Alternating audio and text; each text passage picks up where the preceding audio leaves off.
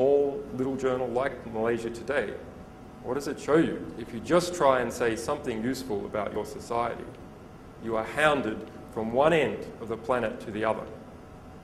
So, because of privatized censorship. So free speech doesn't just exist out there on the internet. It's something you actually have to fight for by having ISPs and lawyers, ISPs who believe in free speech and are used to dealing with lawyers, and then your own lawyers to deal with that, and then also some political defense as well. Now, of course, there's things like Freenet. So there are these systems where you can put information, and maybe that's quite hard to get rid of. The problem is no one looks at it.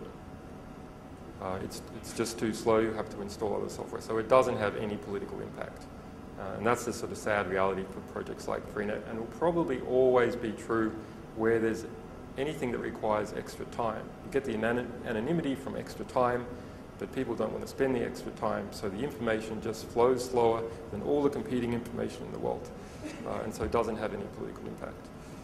We have these encrypted back networks behind the scenes, but we have fast caches out the front to just serve stuff up by HTTP or HTTPS. But we have HTTP because that's fast. You've got to get stuff out fast. That's your best defense against censorship, is to keep it up for a while and get it out as quickly as possible and make attacking you a counterproductive effort. Okay.